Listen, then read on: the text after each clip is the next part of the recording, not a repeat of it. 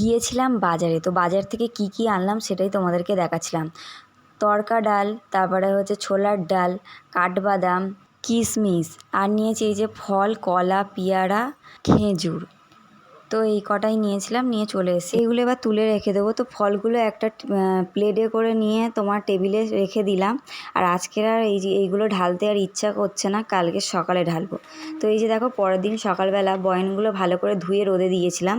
তারপর রোদ থেকে তুলে এনে এই যে একটাতে কাঠবাদাম রেখে দিচ্ছি, আর একটাতে তোমার রাখবো খেজুর, আর একটাতে রাখবো কিশমিশ। কাঁচের বয়ানেই রাখবো, এগুলো ভালো থাকবে।